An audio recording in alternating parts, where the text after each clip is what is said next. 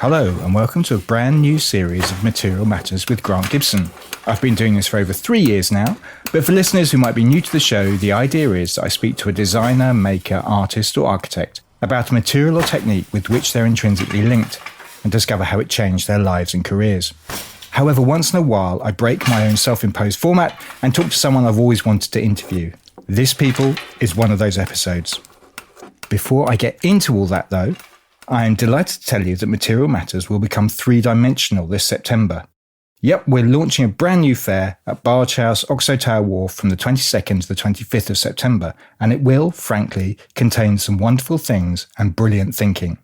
Look out for an exhibition celebrating the upcoming monograph from the design agency Layer, for instance, as well as site-specific installations from the likes of Gallery, Rupp and Form and artist Stuart Haygarth.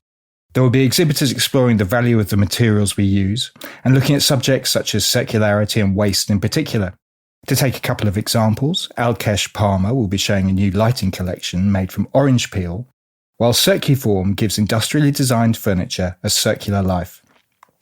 Not only that, but there'll be big furniture brands too, such as Scandinavian companies Foreform and Ragners, as well as Hydro, the global recycled aluminium company. And, naturally enough, there's going to be a talks programme with speakers including Nigel Coates, Beth and Laura Wood, glass artist Christopher Day. The list goes on, frankly. Finally, designer Michael Marriott will be my guest for a live version of the podcast. It's all terribly exciting. Oh, and it's also free. You just need to register by going to the visit page on the website materialmatters.design. There's also an Eventbrite link in the blurb that comes with this episode. Now, after all that, my guest this week is Michael Young. The world-renowned product designer first made his name in London during the mid-90s and quickly found himself working for significant brands, including Magis and Rosenthal. After a sojourn in Iceland, he traversed the globe and set up his practice in Southeast Asia. Over the years, his portfolio has become wildly eclectic. Young has designed furniture for Coalesse, speakers for Kef, suitcases for Mon Carbone, and bikes for Giant. He's also reimagined the Mini Moke, created his own beer, and produced gallery pieces to boot. Michael, how are you? Thank you very much for doing this. Thank you very much. And it's really good to reconnect after all of these years. Well, it's been a long time. Yeah. So tell me, where are you at the moment? You're obviously in your studio by the look of all the things behind you, because we're on Zoom and you're somewhere else entirely across the world. So yeah, can you describe where you are for us? I'm in my little micro office, which is my kind of private studio where I get some peace and quiet. And it's just full of all of the rubble that I've collected over the years that has inspired me, or things that I've made, books that I like, bits and pieces, just a little space that I like to be in. I'm quite intrigued by the Indian headdress that seems to be over your left shoulder. Yeah, that's something I bought years ago. It's from the Sulakota tribe, and it's it's the real deal, but it's just so beautiful. I was in Brussels years ago, and I walked past a beautiful gallery and saw it, and it was just love at first sight. And somebody had to take it, and that was me. Do you wear it ever? Oh, it's the real thing, and of course, one day I will, but I love it too much. Fair enough. I mean, looking at your social media, you appear to have had quite an itinerant time since the pandemic struck. I know you're in England for a while, but where else have you been? Where have you lived, and what's happened to you? Yeah, during the pandemic, ultimately I've been locked in Hong Kong up to 2 years really, but I decided to fly the nest in September because I had some projects in the UK.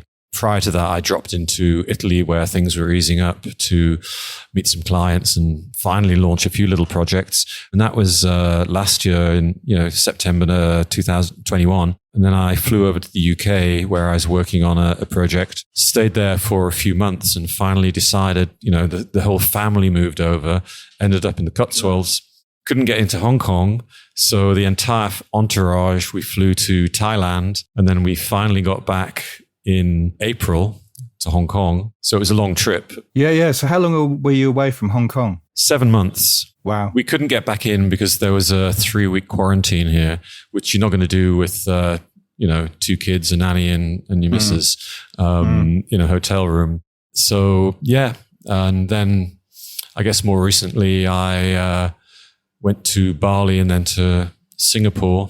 I did 1 week's quarantine and I'm off to Tokyo in 2 weeks' time. But you're back in Hong Kong now? I am in Hong Kong now, yes.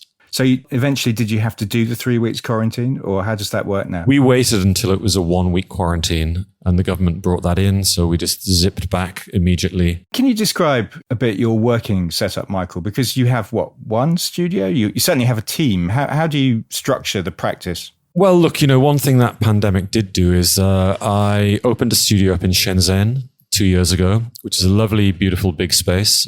We opened a bar and a cafe and moved a lot of things from Europe over there to furnish it. But unfortunately, they closed the borders and that became very problematic, sort of making sure that we could get in and out. It's easing up now. So that's been fairly on hold for a little while. So the structure really is now just Hong Kong, but a lot of my staff have been stuck all over the world in Australia, France, the UK, elsewhere. So we've been working very remotely over the last 6 months to a year, and we're finally just adjusting to it all. And the dust is settling a little bit so we can get a process that we're comfortable with going. And how big is the staff? How many people do you employ? We have 7 people at the moment, but we've been working together for a long time, for 18 years, 15 years, 8 years. The wife does the accounts. Unfortunately, no, it's a blessing, to be honest with you. It's better than me doing it. We've got a resource pool around the world that we've sort of evolved as I've traveled and we've made friends and found common interests and ways of working. So with a team that size, do you end up managing them, or is it all kind of a self-managing setup? It's definitely become a self-managing setup where people know their responsibilities and accountabilities and time management. I guess my biggest stress is that, I have to be having a studio like this is being available a lot of the time, which means, of course, when people are on Europe time, just as I'm finishing my day, I've got to wake up again. And, I get up early. I get up at 5 a.m. every day and run on the beach and stuff like that, and then have to find a second wind. Yeah. I mean, obviously, you've done all this traveling during the pandemic and been stuck in various places, but did it affect your practice? I saw you do an Instagram live, I think during the first lockdown, with the Dutch designer Richard Hutton, saying you were launching your own beer brand. And that's happened, right? You have launched your own beer. Yeah, at the very beginning of the pandemic, I did my first sort of thing with Richard Hutton. And I was never comfortable with that kind of thing. I've always been very human and I'd always prefer to meet people and do things like that. But, Richard's obviously a good friend. We go back 30 years from his days when Droog started. What I was doing was launching the office in Shenzhen. And to do that, we decided to create our own beer, which was called Beer Buddies. And the idea was we had a little QR code on the side. Then anyone who was in the design or creative industry could connect to other people who were part of that community. And we did actually launch the studio in Shenzhen with it. And we launched it with some other media in Design Shanghai. And we've still got it going, but until the borders are open, we've actually kept it a little bit low profile. It wasn't necessarily just a commercial enterprise for me at the end of the day. When you go to a design event, people drink beer, and we did loads of different flavors like disco, rock and roll, and loads of crazy patterns on the cans, which reflected that. So it was more of a fun gesture.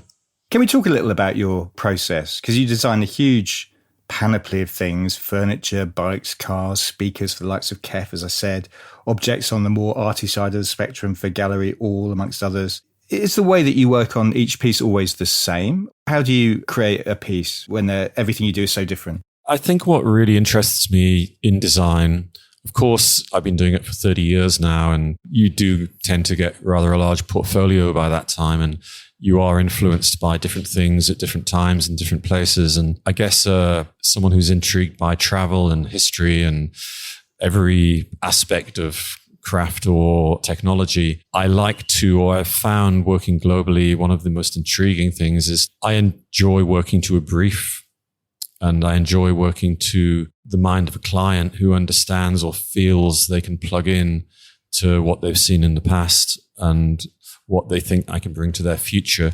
So I guess that does bring a certain level of eclecticism into the scenario, but ultimately it's the execution of a unique situation that excites me. And I've always been like that. And it helps growth. So there isn't one process. There isn't one thing you do every time. It changes depending on the client.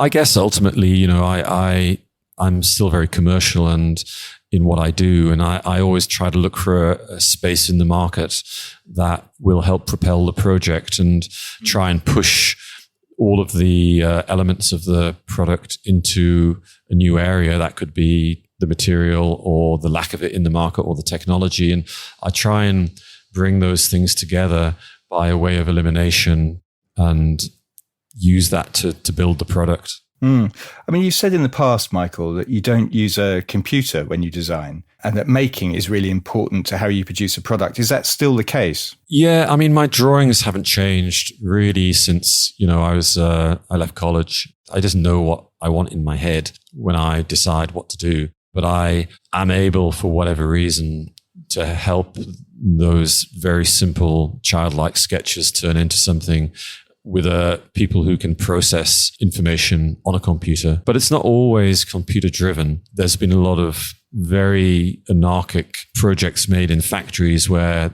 they're sort of live performance, which they definitely excite me. And I think that goes back to my days working with Tom Dixon, where every day was welders and live performance and see what happens. I always kind of dreamt of being an industrial designer when I was very young and wondering what that was like. And so we have this mixture of things going on. And when you say live performance, I mean, obviously with Tom, you're talking about, and we've talked about to Tom on the podcast about welding. Yeah. But you'll go into a factory and see things being made and that will spark an idea. Absolutely. Yeah. A lot of the aluminium foam things we're doing back in the day, and we're actually doing them again. We've found a new factory to help us. This is a process which you can't, it's like mountains being made, it's metal being melted and exploded at, 600 degrees. And the end product is an idea you might have about something or the coloration, but it's not necessarily something you can control and trying to get something beautiful out of it. Or on the other hand, when I work a lot with, in China, working with artisan craft, the craftsmen have an entirely unique process to the way they approach the material and you're interacting with them. So that's what I mean by live. It's not a tool pumping out plastic that you send a 3D file and this is what you get, and you do a strength test analysis and you control your ability to, your knowledge of form or shape to create something. So there's definitely two sides to me that, I'm more interested in the inside of an air molded chair than the outside. Right. Interesting. Do you think you have an aesthetic nowadays? Is it easy to tell what comes out the studio? Does that matter to you? Obviously, there are studios who keep it really tight. They just go douche, douche, douche. They want people to recognize everything that they do. But I find I have so much intrigue with different things. I mean, if I stopped that intrigue, I could do the thing that I do, or I used to do, which was a very process-driven shape and form factor. But I continuously become excited by different cultures and try and explore that and see what happens. I mean, one of the projects I'm fascinated by, partly for nostalgic reasons, was when you were asked to redesign the Mini Moke in 2016. How did you decide what parts of the original to keep and what you changed? And do you put any of yourself into a project like that? That was a really personal project because before that project started, about 2 years beforehand, there's 3 cars I love in the world: Mini Moke, Land Rover, and E-Type Jaguars. I built my own in a really beautiful way. I had a place in Australia at the time, and it seemed like the thing to do. So I rebuilt one with a guy who was just rebuilding Mokes at the time. But I tried to upgrade it and do new things with it. It was really beautiful. I actually met someone who was bringing them back into production. And he basically said, we don't really know what we're doing, but you've got a Moke, you know how to design, you've got a team, you're in Asia and blah, blah, blah. So there's a lot we can do. So ultimately, the point of starting that project was bringing it up to modern day usage. And that involved designing over 160 parts. But I think my point really of entry to that project was paying homage to the car and not doing, not necessarily that there's anything wrong with, doing a new version of the Beetle, 40 years later and making it cool and groovy. It was more about actually getting to base camp, which was getting it back on the road, but adding some new elements. So I could have taken it into a million different directions, but I just loved the heritage of the car. And you know what? Sir Zigonis had done. And it was more giving it back to him than myself. Was it originally designed as a military vehicle? It was, yes. And it failed abysmally in its original task, right? Yeah, I mean, I think the first version was 1959. The idea was you could airlift it and drop it out of an aircraft and, then theoretically drive it, which was a bit of an optimistic concept at the time. that was that. But I think the fact that it was just taken on as a cool beach car propelled it forward. So really the result was bringing it back to life and, taking my ego out of it and just getting it back on the road. And that's, in a way, what a designer should be doing, despite the fact that media can sometimes push them before the product. Hopefully loads of people will get to, enjoy it now. Yeah. When you design something like that, do you feel you have a kind of, I don't know, Zigonis on your shoulder? Yeah, I certainly feel like, or I felt then, that if I disrespected the car, then I would have one hell of a lot of people going, here's a designer messing things up again. But I'm appreciative of the design, and I wanted to get it back on the road and keep the main details. And it was difficult, it was really complex, the homologation involved for everything. I'm happy that it's having a rebirth now, and it's currently now being made in the UK again after a long journey, which has taken 10 years by Moke International. And it's continuously going through an evolution. It can only improve. Yeah. You set up in Hong Kong in 2006? I think you'd been in Taiwan before that. Yeah. So can we talk about why you decided to move to Southeast Asia? It was just fortuitous in a way. I bought a studio in Belgium because I needed a big space, and London was really expensive at the time. And an art collector helped me get one. And I was also in Reykjavik at the time, bit of a bizarre, geographic cycle. If I look back, I think, what was he doing? But, I am an explorer ultimately, obviously, yeah. New Zealand next. It was out of the blue. I got some phone calls saying, look, we love what you do and we'd like you to come over and help us on some projects. And they were not traditionally the sort of projects that I'd been working on in Europe, which was for Swire and Moroni or Cappellini or Magis, Rosenthal, all of these great brands. Big Italian furniture, yeah. Yeah. And I went over there, and Bluetooth and rechargeable batteries, it was a new invention at the time. And it's quite a crazy story, but it was the great-grandson of Chiang Kai-shek. And he asked me to help him set a company up in Taiwan back then. And I thought, wow, that's pretty historical. So I went over, it was a pretty crazy phone call. But anyway, I went there, and I got taken to some really high-tech companies to see what I could do, bringing a little bit of exploration or European charm, how they would call it, into the evolving design culture that was coming together at the time. And I just got obsessed by seeing the scale of the factories that were out there, the technology that they were using. And I went out there and I came back to Europe, and they kept saying, can you come back? And we've got another project and we want to do this. And then, I was there for a week, and then another project occurred, and I thought, this is insane. It was the ability to explore things that I couldn't in Europe. Back then, you wouldn't go there. Now you wouldn't fly somewhere to do a Bluetooth speaker. But back then, it was like a total reinvention of how people interacted with products and material in their home and with objects. We're talking, the iPod wasn't even invented then. Yeah. So, the whole technology, everything was coming together. And I just ended up staying for the journey. And enjoying it and learning and educating myself. So there wasn't really one Damascene moment where you said, right, I'm upping sticks and moving to the other side of the world. It was like a gradual evolution. It was a gradual evolution, yeah, over the course of, by all accounts, something quite fast, which was, 12 months. I like the speed of things over there. It was really appealing. And what's it like working in China? How does it differ from Europe? There's many, many different sides to it because it's such a large country. There's the history that people have forgotten about or don't know. I mean, ultimately, I suppose, when China became a supplier to the United States, a lot of the factories became very highly developed, and it was pretty much a place where you could do anything you want. You could have any idea and people would have a go at it. You say that to a designer, they're going to be there in a shot. What do you want to do? You can do anything you want. The stereotype of Chinese design in particular is this kind of notion of copying. But I'm guessing that's not what you see out there. Or is it what you see out there? I would definitely say when I first arrived, people didn't understand the value of design. Design was more like, okay, well, if you can make, spaghetti bolognese in Italy, you can make that bolognese in China, but you can also make an Alessi chair in China. That culture was pretty much in the same context. It was that, okay, we can make money out of this. This is economic and we can do that. But I don't think it was necessarily an evil attack on the concept of let's copy everything. It was a sort of early days of cultural understanding of, what potentially IP may have been.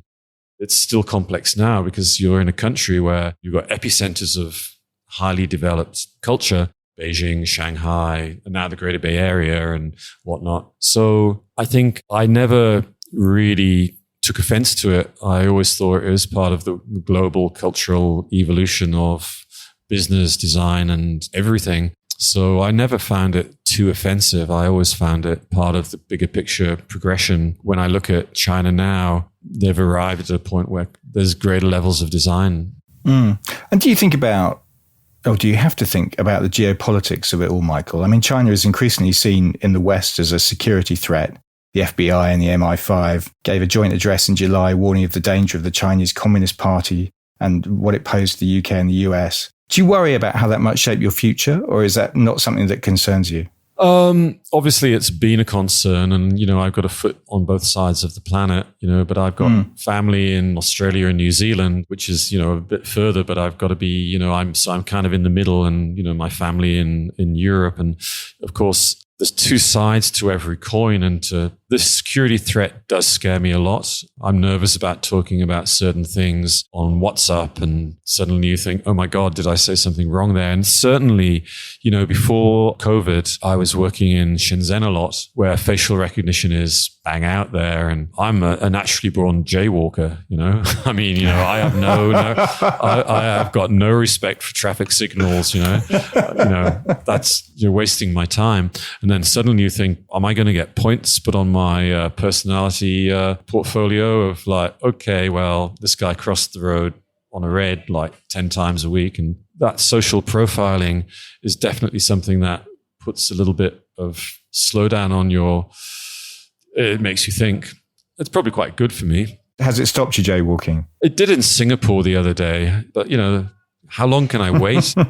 The way China has differed for me than a lot of other people is that because I went to Taiwan so early, I've sort of grown into the blood veins of generations. So when I went out there, a lot of the guys who are big in business or in the design business now were students then. And I was always pro trying to help young guys and students. I didn't just land like oil on water and say, this is me, bang, do what I say, do what I do.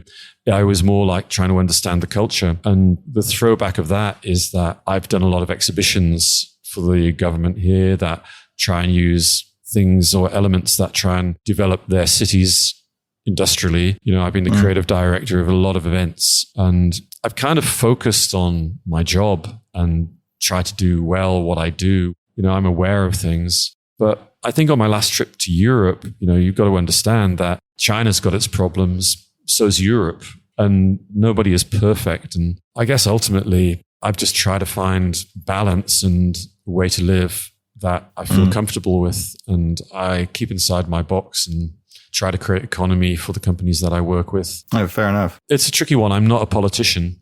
At the end of the day, it's a big question, Grant. When you're working on these different products, does the thinking behind them or the materials you're using, do they feed into each other? I noticed, for instance, that you've worked on carbon fiber for the bike brand Giant.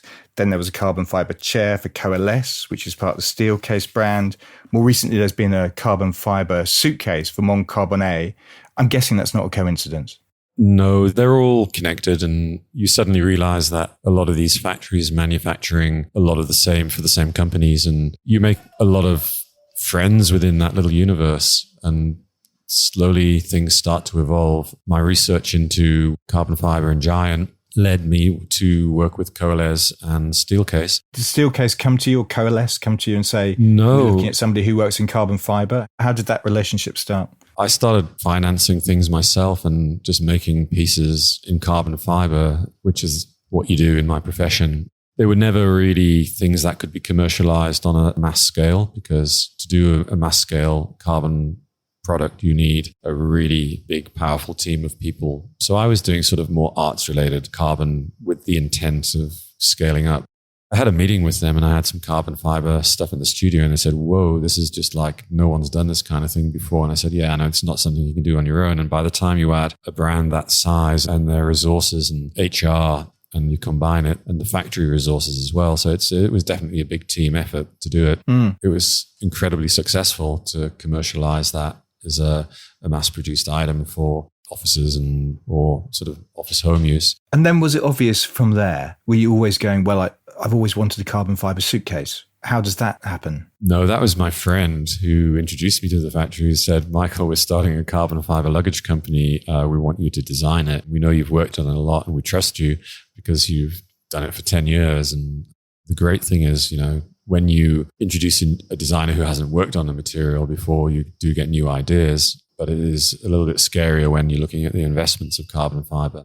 Yeah, they just wanted my take on the carbon fiber. And I think the friendships between myself and understanding of the factory and how they operate came into that. And the luggage, that's a beautiful, the lightest piece of luggage. I mean, everyone's saying, yeah, we've got the lightest luggage in the world. It's an important part of travel, because you'd rather have one more pair of underpants in your suitcase than a heavy wheel. Yeah, that's true. If you're going EasyJet or Ryanair or something. Absolutely, it's yes. Suitcase handy. Yeah, I had the delights of that universe when I was in Europe lately. It wasn't too bad, to be honest. Can we talk about your background, Michael? How you arrived where you are now? Because you were born in Sunderland in 1966, so the industrial northeast of England. I think I'm right in saying your father dismantled ships while your mother worked with people with special needs. Yeah, so my birth certificate actually has a scrap metal merchant on it, which, back in the day was probably not the best title to have.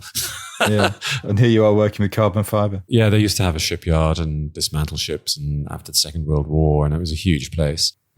Yeah, and a sort of sideline of that was, of course, after the Second World War, my grandfather on my mother's side started developing products for the disabled, which was obviously in quite high demand back then. They were looking after manufacturing the Model 70, which was the first one-stroke Villiers engine. I ended up kind of trying to work for them, but I failed every single exam at school. I mean, Sunderland was there was the North and the South back then, and, I was on the wrong side, apparently. Well, there still is. Talking about levelling up, it's not happening. Yeah. But anyway. But I wasn't an academic, and back then, in 15 years old or whatever, I was, I got into music and decided that was a more, I didn't have any choice, to be honest with you. I mean, when you fail every exam, you're like, whoa. Yeah. I think you've talked more recently about having dyslexia. An extraordinarily large number of people I've done on this podcast have been diagnosed with dyslexia. Were you diagnosed at school? No, at school, back in that time, they just thought you were stupid. Yeah. You were called stupid and, you're thick. It was more the evolution of finding, when you fail your maths or English 5 times, and obviously if you can't do that, you fail biology, then you fail chemistry, then you fail blah. So it was a hard learning curve, but, I did enjoy art, but they stopped that when you were 12 years old. Back then, and music. So I played in a band and ended up dyeing my hair purple and going to Stonehenge when I was 15. And so what kind of stuff were you playing? Because I know you're a big Motorhead fan. Yeah, I guess I just heard Motorhead and that was it. I was, of course, into Hawkwind, but I'm still into all of those guys. Still listen to it all. But, my kids just scratch my records now. So they hate it when that happens. Oh, it's so painful. Yeah. It really is. Hiding everything you own in cupboards. My son just started getting into vinyl. It was quite sweet. Yeah. I bought him a turntable. He's 19. I bought him a turntable and a few records. At one point he turned to me, this is before actually I bought the records and the turntable. He's looking at my stuff. He said, Dad, these LPs, have they got 2 sides? Yeah. Right. Yeah, they do. Look, I still buy a lot of music, a lot of the Brian Jonestown Massacre. I'm just generally into music. And it's always been a big part of me. Did your parents get you? Did they understand that you had presumably they didn't understand you had dyslexia, or did they? Not really, no. Their idea was to put me in detention for longer to try and learn, where you just don't learn anything. But I think, in hindsight, I'm actually working on a book at the minute, which has been approved for a very large American publisher. And the whole entire beginning of the book is actually about dyslexia and the impact that had on creativity. And Tom's written the foreword in that. It was quite emotional going back there because we wrote about what can you actually do when you leave college with nothing. You're going to end up on the street. You can pack a box, nothing. But when I left home and went here and there, Tom had this workshop, and there was actually just this very beautiful group of people who had no money and were just making things and learning about craft.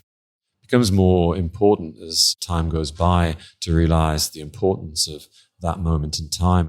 We were really focused on that. I think it was never really recorded correctly because, of course, music back then in the early 90s was recorded really well. It was important, punk, blah, fashion, blah, architects and all of these things. But design was in its very early stages. And there was a lot of people in my position there. You know, even when I was at college, I got in straight into the guys who'd failed all their exams and faked their exam certificates. I was going to ask, was there a moment where you thought, yes, I'm going to be a designer? Because you obviously found education very, very difficult.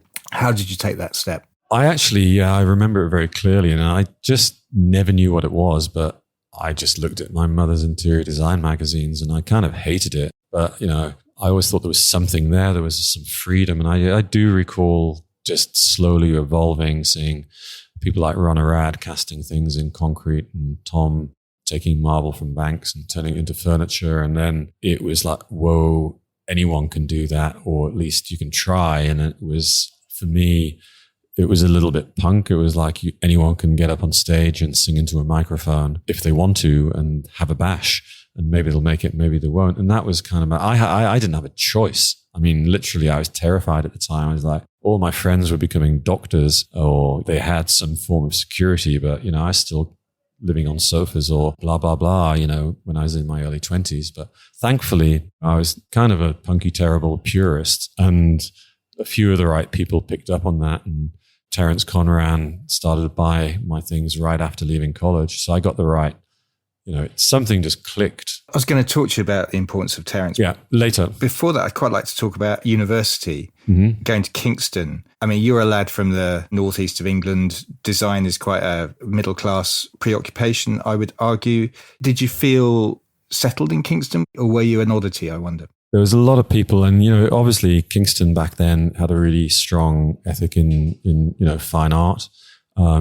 You know, we were always terrified of the fashion department because they were like, you know, up there in the outer reaches of creativity, as were the architects. And the furniture design wasn't really that well respected back then. It was still on the lower levels of getting out of the craft market into, you know, people like Jasper starting to make it and Russell F. Grove. So it was just evolving outside of a lot of the stuff that had happened in the 70s and 80s.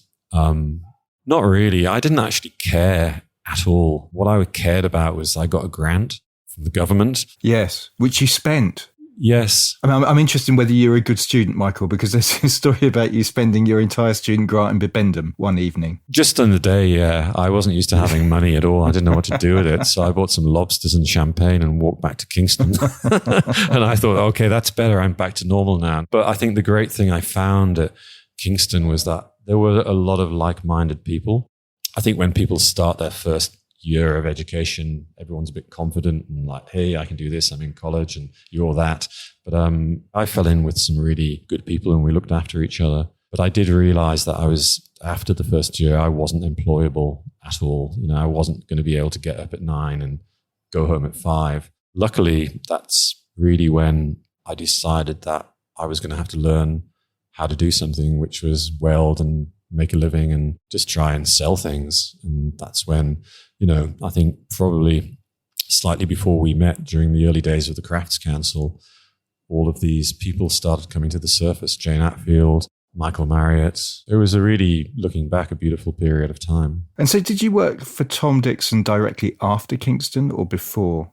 I did year 1 and then I started working for him for the first summer. Right. So I started working for him at the beginning of Kingston. What did you learn while you were there? I mean, to weld, presumably, but yeah, other things? Yeah, I learned that there's, you know, shapes they're either thin at the end and fat in the middle or the other way around, really. And that was the beginning of my verse in the vocabulary of shape and form. But I learned how to be free and just watch a lot of other people just make things and sell them, go and buy things and reuse them, and that you could actually pull things together in a maverick fashion and create things that people want to buy, which I never understood before. I learned a little bit of everything, really, the streets of London, what a gallery was. Maybe you could tell listeners, I vaguely remember, but what the London design scene was like. You graduated in 92, but going into the mid-90s, it did feel like London was coming alive in terms of design at that point. And I guess you had the YBAs and you had Britpop happening as well. You were on the cusp of a new Labour government. It was quite an optimistic time, wasn't it? It was great. The only thing I knew, I was considered, if you were doing what I was doing, you were kind of considered to be a craftsman, whereas I always wanted to push forward into industry. I don't know why. I wanted to sell volumes. There was just this underground scene going on. And I'm talking about Redchurch Street in 92 was, a rat-infested thing with the owl and the pussycat, and that was it. But a lot of people were just starting to make things. And I think that was most certainly instigated by the likes of Jasper Morrison and whatnot, putting plant pots on top of each other and saying, I can get that in a magazine. And that was really inspirational for a lot of other people of my younger generation or, slightly younger. There was just a community started to build. And I think media started to pay attention more to, or at least, my first experiences were bands like Oasis loaning furniture for photo shoots, and slowly things started evolving outside of the academic side of what we know as design onto a more fashion street level. And so I remember one was at Works of 94, yeah, whenever it was at the Crafts Council. And all of a sudden, there was 10 people doing what we were doing, and it became a thing. And it was definitely obvious that there was a real buzz around, and there was an exhibition every night. And then people from Germany would come over and start selling it, and Droog Design started. There was definitely a buzz, and people started opening smaller retail outlets to sell things. It did have that vaguely punk ethos still. It's interesting how long the tail of punk was into the 90s, a kind of DIY way of going about things. But you were picked out by Terence Conran, particularly in 97. He said you were one to watch, I think, in the Sunday Times. And that must have been important, I'm guessing, at that moment. At the time, I didn't really understand what it was. But Bobby Charlton had picked Beckham.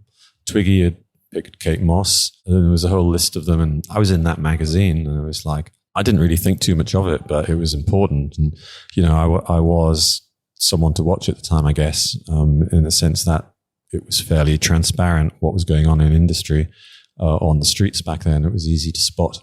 But yeah, I did a photo shoot with him and David Bailey. I was terrified. These Goliath giants of people in a studio near Rosebery Avenue, both smoking cigars, and me sitting there, listening to those two guys argue. It was just like, my cigar is bigger than yours. Me just sitting there, can we just get this over with, please? And I can get the hell out of here. But yeah, there were a few landmark bits of press back then but press was beautiful back then because you really meet up with journalists in London and spend time with them. And really, it was a very poetical, live, organic, emotional, real thing. It was very physical, and there was a really strong community developed at that time. No, it did. But then you left. You left London in 97 to go to Iceland. Why? Well, my work took off really, really quickly. I had no business acumen. Whilst I was working with Tom, I was backed financially for the first time after 2 years by Yoichi Nakamuta. Who was the founder of E&Y, right? E&Y, which was a gallery furniture place in Omotesando in Tokyo. And, we're still good friends. And after that, he sort of packaged everything I did and financed things that weren't really being done. And my work was definitely more kind of Britpop than Baroque. And it just appealed to a new generation of persons. I opened a gallery in Covent Garden, and I just couldn't generally cope with, I wasn't press hungry, or it wasn't something that the ethic of what I was doing. I was actually doing something to survive as a human being and eat. And, that was all I actually cared about. I cared more about being able to eat and not get into debt, which I was doing really, really well. I mean, my parents had to bail me out because my accounting system was a bin bag. I kept everything, but I just threw it in a bin bag. And I remember poor Maud, who was my mum's secretary at the time, had to go through all of these bags and the Inland Revenue. I just wasn't interested. And I think I felt like I needed to change in 97. And, I met Katrin Alina and decided, okay, let's run away and go to Iceland.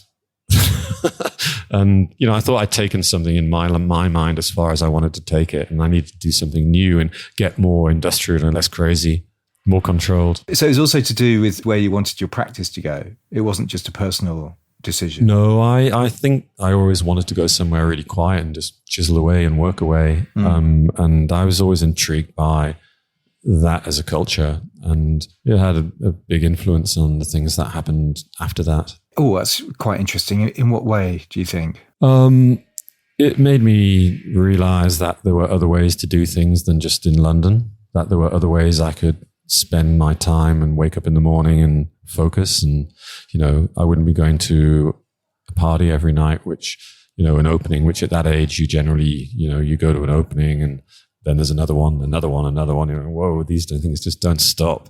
And it was the first time I'd really stopped, and Magis had started working with me. I designed a doghouse, and I felt like I'd really achieved something then with shape and form. It was the first time I'd used a computer.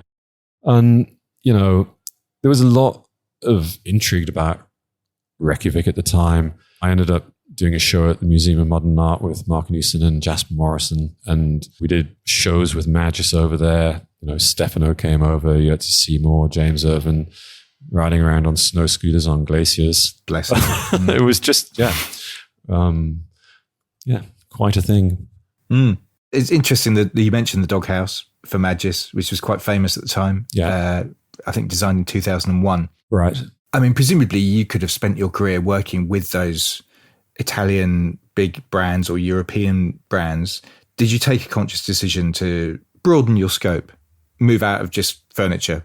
I did. It was no discredit to any designer or any company, but I just felt like there were so many other people at the time by then that could do way better than I could at designing commercial sofas for contract work. And it was just, my DNA was still, despite the fact I was looking for clarity, still looking for new typologies and new materials. And so that never really, the last 7 years or however long it had been, I still wanted to explore, and it led me to reevaluate everything. And it's I've still never really designed a comfortable sofa system. So did all that success, it came as a shock by the sound of it? To be honest with you, I've never really taken any notice of it, because it's just never, I took it for granted, and not in an arrogant way. It was just what happened. And you find yourself with all of these great people and great companies, but it was just part of something that happened. And I was just glad that I could do something and that they liked it. I think at times maybe someone can say, oh, Michael, he's a bit arrogant and aloof, but I'm actually just rather shy, Yeah. And I'm not the kind of guy who likes to hang out at parties. You described yourself in FX a little while ago, the design magazine, as getting more cantankerous with age. Yeah. Is that true, do you think? Yeah. I mean, I think cantankerous. Did I say that? Did I? You did, yeah, apparently. Yeah, I probably got that off my dad. Yeah, I can't remember saying that, but it's probably true. I can't remember saying that. Yeah, don't worry. Okay. Don't worry. I love throwing quotes back at people. My wife would definitely say that. Would she? Okay, yeah. Interesting. Yeah. I'm intrigued, Michael, by when you're in the position you are, how you cope with criticism.